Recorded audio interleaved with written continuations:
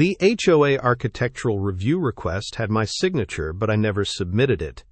I found the document in my mailbox on a Tuesday morning in March. Standard Maple Reserve Homeowners Association letterhead. My name typed clearly. Silas Gray, 1247 Oakmont Drive. The request detailed plans for a 2-story deck addition with hot tub installation, complete with elevation drawings I'd never seen. My name, my address, my forged signature. I'm Silas Gray, 34, security officer for Cedar Bank Municipal Court. I've lived in Maple Reserve for 6 years. I know HOA procedures. I know document authentication. This wasn't a clerical error. The submission date showed February 15th, 3 weeks ago. The approval stamp read March 8th, yesterday. According to the paperwork, I'd already received preliminary approval for construction that would violate city setback ordinances by 18 inches. I called the HOA office immediately. "Mr. Gray, yes, we have your file right here," said the receptionist. "Your request was submitted through our online portal. Payment processed via credit card ending in 4782. I don't own a credit card ending in 4782. Can you tell me the submission IP address?" "I'm sorry, we don't track that information." I hung up and examined the documents again. The architectural drawings showed professional detail. CAD software watermarks. Precise measurements. Someone had invested serious time creating this elaborate fake request. But why target me? I maintain my property meticulously. No HOA violations. No neighbor disputes. I keep to myself, work my shifts, pay my dues on time. The phone rang. "Mr. Gray, this is Nathan Stewart from the City Building Department. We need to discuss your pending construction permit application. There's a problem with your setback calculations." "I didn't submit any permit application." Long pause. "Sir, we have documentation here showing your architectural review approval from Maple Reserve HOA. The permit request was filed this morning. Are you saying this is fraudulent?" My hands went cold. Someone wasn't just forging HOA documents. They were escalating to city permits, creating an official paper trail that could result in fines, legal action, or worse. "I need to see everything you have," I said. "Can you come in today? This situation requires immediate attention." I agreed to meet at 2 o'clock. After hanging up, I walked my property perimeter, measured the distances to my fence line, checked for survey stakes or markers I might have missed. Everything looked normal. But someone had been planning this for weeks. The question wasn't what they wanted. The question was who had access to enough personal information to forge my signature, submit online requests, and navigate both HOA and city bureaucracy with this level of sophistication. I locked my front door and headed for City Hall, knowing that whatever I discovered there would only be the beginning. The City Building Department occupied the 3rd floor of a concrete municipal complex that smelled like industrial carpet and fluorescent lighting. Nathan Stewart met me in the lobby at exactly 2 o'clock. Mid-40s, wire-rimmed glasses, carrying a manila folder thick with documents. "Mr. Gray? Let's talk in conference room B." He spread the papers across a laminate table. Permit applications, architectural drawings, site plans, all bearing my forged signature in blue ink. "The request shows a 2-story addition to your existing structure," Nathan said. 1,200 square feet. "The problem is, your proposed setback violates City Ordinance 15.2.4.080. You're showing 8 feet from the property line. Minimum requirement is 15 feet. I studied the drawings. Professional quality. The addition would extend into my backyard, requiring removal of my oak tree and garden shed. Someone had designed this knowing it would fail inspection. Who submitted these documents? Online portal shows submission at 11:47 p.m. on October 15th. Payment of $450 via credit card. The architectural review approval from your HOA is dated October 12th. 3 days between HOA approval and city submission. Whoever did this understood the proper sequence of municipal procedures. I need copies of everything. Nathan hesitated. Sir, if this is fraudulent, we need to involve the County Building Safety Division. This isn't just a paperwork error. Someone committed identity theft and filing false documents with a government agency. He was right. But first I needed to understand how deep this went. I drove back to Maple Reserve and parked outside the HOA office. Quinn Stewart, the property manager, was filing documents behind the reception desk. I'd spoken with her twice since moving in. Professional, but distant. I need to review the Architectural Committee meeting minutes from October 12th, I said. Those aren't public record, Mr. Gray. My property was discussed.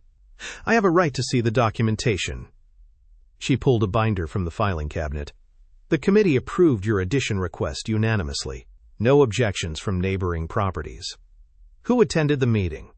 Board members Nathan Stewart, Quinn Stewart, and Delilah Hartwell. Plus the applicant's representative. What representative? Quinn checked her notes. Vivian Stewart. She presented your architectural plans and answered questions about the project timeline. Vivian Stewart. I'd never heard that name. Can you describe her? Older woman. Maybe 65. Said she was your project coordinator. Very knowledgeable about building codes and setback requirements. My stomach dropped. Someone had impersonated a construction representative at an official HOA meeting. Answered questions about my property. Convinced 3 board members to approve a fake addition. I need contact information for Vivian Stewart. I don't have any. She said all communication would go through you directly. I left the HOA office and drove to the county assessor's building. Property records are public information. If someone was targeting my land, there might be other documentation. The clerk pulled my file. Standard ownership transfer from when I purchased the house. Property tax assessments. Utility easement agreements. Nothing unusual. Has anyone else requested these records recently? Let me check the access log. She typed into her computer. Yes. 3 requests in the past month. September 18th, September 25th, and October 8th. Can you tell me who made the requests? 2 were online, anonymous. The 3rd was in person. Vivian Stewart. She showed proper identification and paid the $5 fee. There was that name again. Vivian Stewart had researched my property extensively before submitting the fake architectural request. I drove home and called my neighbor Marcus. He'd lived in Maple Reserve for 8 years, knew everyone on the street. Marcus, do you know anyone named Vivian Stewart? Sure, that's Delilah's aunt. Lives over in Montgomery. Why? Delilah Hartwell, the HOA board member who'd voted to approve my fake addition request. Has she visited recently? Yeah, she's been staying with Delilah for a few weeks. Helping with some family situation. Nice lady. We talked about gardening last weekend. I thanked Marcus and hung up. The pieces were connecting. Delilah Hartwell's aunt had used her access to HOA meetings and property records to forge architectural requests in my name. But why target me specifically? I walked to my mailbox and found a certified letter from the city building department. Official notice of permit violation. Failure to correct setback issues within 30 days would result in fines of $500 per day. Someone wasn't just playing games. They were creating a legal nightmare that could cost me thousands of dollars and force me to hire attorneys. I called the security company that monitors our neighborhood. Explained the situation and requested footage from the past month. We can provide recordings from common areas, the dispatcher said, but you'll need a police report number for individual property surveillance. I drove to the Cedar Bank Police Department and filed a formal complaint, identity theft, fraud. Filing false documents. The desk sergeant assigned case number 20231-04471 and promised an investigator would contact me within 48 hours. Back home, I spread all the documents across my kitchen table. HOA meeting minutes, city permit applications, property records access logs. The pattern was clear. Vivian Stewart had spent weeks researching my property, attending HOA meetings, and creating elaborate fake documentation. She'd used her relationship with board member Delilah Hartwell to gain credibility and access, but I still didn't understand her motivation. I'd never met Delilah's aunt, never had any conflict with the Hartwell family. My phone buzzed. Text message from an unknown number. Mr. Gray, this is Detective Quinn Stewart with Cedarbank PD. I'm investigating your fraud complaint. Can we meet tomorrow at 10 a.m. to discuss I confirmed the meeting and set my phone aside. Tomorrow I would hand over everything to law enforcement. But tonight, I needed to understand what Vivian Stewart was really after. I grabbed my flashlight and walked the property perimeter one more time. Checked fence lines, examined survey markers, looked for any signs of encroachment or boundary disputes. That's when I noticed something I'd missed before. Fresh tire tracks in the soft soil behind my garden shed. Someone had driven back there recently. The tracks led to the property line between my yard and the vacant lot next door. I followed the tracks with my flashlight. They ended at a small wooden stake driven into the ground. Orange surveyor's tape tied to the top. The stake was positioned exactly where my fake addition would have extended. Someone had been physically marking my property, planning something that required precise measurements and boundary identification. I photographed the stake and tire tracks, added them to my growing file. Whatever Vivian Stewart was planning, the fake architectural request was just the beginning. Detective Quinn Stewart arrived at 10 sharp. Mid-40s, methodical demeanor, carrying a leather portfolio that looked well used. She examined each document I'd collected with the attention of someone who'd seen elaborate fraud schemes before. This is comprehensive work, Mr. Gray. She photographed the fake architectural plans with her department camera. The forgery is sophisticated. Professional-grade software. High-quality paper stock. Someone invested significant time and money into this deception. I showed her the surveyor's stake behind my shed. She took measurements, photographed the tire tracks, and bagged the orange tape as. Have you had any direct contact with Vivian Stewart? Never met her. Didn't know she existed until 3 days ago. Detective Stewart made notes in her portfolio. We'll need to interview her and Delilah Hartwell. I'll also request records from the HOA management company to verify the timeline of document submissions. She handed me her business card. Don't approach either of them directly. Let us handle the investigation from here. After she left, I called Nathan Stewart at the County Building Safety Division. Explained the situation and asked about the permit application process. Someone submitted architectural plans for your property? Nathan's voice carried professional concern.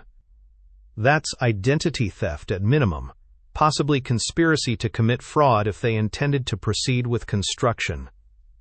He agreed to flag my property in the county database. Any future permit applications would require in-person verification with photo identification. I'll also run a search for any other applications filed under your name or address. Sometimes these schemes involve multiple fraudulent submissions. That afternoon, Nathan called back with disturbing news. Mr. Gray, we found 2 additional permit applications filed in your name over the past 6 weeks. One for a swimming pool installation. Another for a detached garage. Both were submitted electronically using your property information and a forged signature. My stomach dropped. Were any of them approved? The garage permit was approved last Tuesday. Construction could legally begin at any time. I drove immediately to City Hall. Nathan met me in the Building Safety Division office on the 2nd floor. He pulled up the digital files on his computer screen. The garage permit application showed my forged signature authorizing a 24 by 36 foot detached structure. The proposed location was exactly where I'd found the surveyor's stake. This is sophisticated fraud, Nathan said. Someone had access to your property survey, tax records, and utility layouts.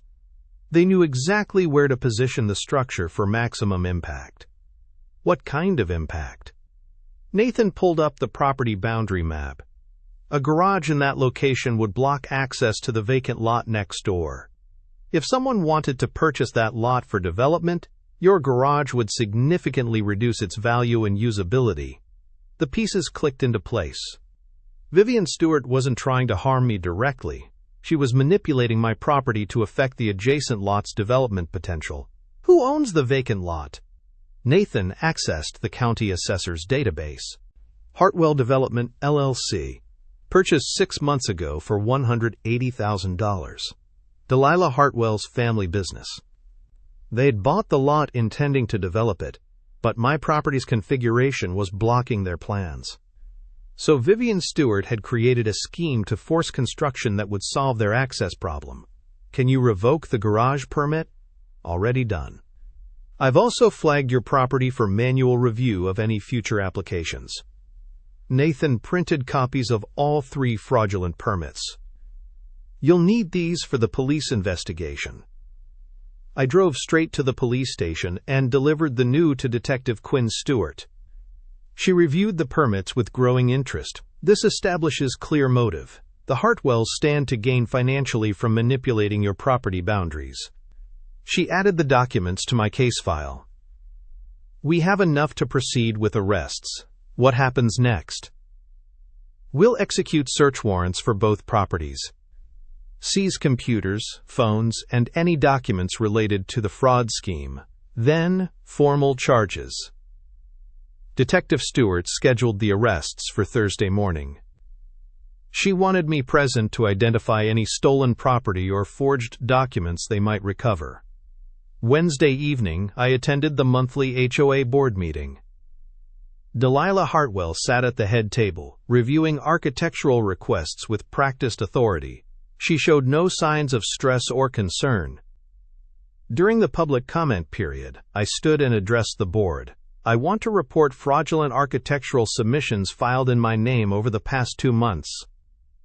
The police are investigating, and arrests will be made tomorrow. Delilah's face went pale. She fumbled with her papers and avoided eye contact. The board takes fraud allegations seriously, she managed. We'll cooperate fully with law enforcement. After the meeting, several neighbors approached me with support. Nathan Stewart, who lived on Birch Lane, offered to serve as a witness if needed. I've seen Vivian's car in the neighborhood multiple times, he said. Always thought it was strange since Delilah never mentioned having family visit regularly. Thursday morning, I met Detective Quinn Stewart at the police station. We drove to Delilah's house on Maple Drive in separate vehicles. The search warrant execution was methodical and professional. Officers seized 2 laptops, a desktop computer, and boxes of documents from Delilah's home office. Vivian Stewart was arrested at her apartment in downtown Cedar Bank. The search of her residence yielded architectural software, my property survey documents, and handwritten notes detailing the fraud timeline. Detective Stewart showed me a notebook they'd recovered from Vivian's kitchen table. Page after page of calculations showing the vacant lot's value with and without access restrictions. She documented everything, Detective Stewart said. Purchase price, development costs, projected profits. This was a calculated scheme to increase property value through fraud. Both women were charged with identity theft, fraud, and conspiracy. The district attorney's office indicated they would seek restitution for my legal costs and time.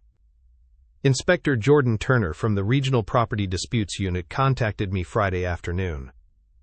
He'd been assigned to review the HOA's architectural approval process and ensure no other fraudulent submissions had been processed. We're conducting a comprehensive audit of all applications submitted in the past year, Inspector Turner explained. Your case exposed significant vulnerabilities in the review system. He recommended the HOA implement mandatory in-person verification for all architectural requests and digital signature authentication for future submissions. The following week, I received a call from the district attorney's office. Both defendants had accepted plea agreements. Vivian Stewart would serve 6 months in county jail and pay $15,000 in restitution. Delilah Hartwell received probation and was required to resign from the HOA board. The vacant lot remained undeveloped. Hartwell Development LLC listed it for sale at a significant loss. Justice had been served, but the betrayal had shaken my trust in the neighborhood's basic systems of governance and oversight. 6 months later, the Maple Reserve community had settled into a cautious normalcy. The vacant lot on Birchwood Drive remained empty, its for sale sign weathered and tilted. I'd received my restitution check from Vivian Stewart in March. The $15,000 covered my legal fees and compensated for the time lost dealing with her fraud. The money felt hollow compared to the trust that had been broken. The HOA implemented Inspector Turner's recommended security measures. All architectural requests now required in-person verification at the management office. Digital signatures were authenticated through a third-party service. The board hired a new management company after terminating their contract with Cedar Bank Property Services. Nathan Stewart, who'd helped me gather, was elected to the HOA board in April. His first motion was establishing a resident oversight committee to review all major decisions. The motion passed unanimously. Quinn Stewart from Birchwood Drive organized monthly neighborhood watch meetings. Attendance was strong initially but gradually declined as the immediate crisis faded from memory. I'd been invited to join the city's Property Rights Advisory Committee in May. The position involved reviewing proposed ordinance changes and mediating property disputes before they reached the courts. I now serve on the city's Property Rights Advisory Committee. Until everything fell apart, the work was rewarding but time-consuming. Most cases involved boundary disputes or zoning violations. Nothing approached the calculated deception I'd experienced with Delilah and Vivian. Delilah Hartwell completed her probation requirements and moved to Birmingham. Her nephew sold the house on Maple Lane in June. The new owners were a young couple with twin toddlers who waved from their front yard each morning. Vivian Stewart served her full sentence at Jefferson County Jail. I never saw her again after the plea hearing. The architectural fraud case became a cautionary tale in local HOA circles. Inspector Turner used it as an example in his training seminars for property management companies throughout Alabama. My own relationship with the neighborhood had fundamentally changed.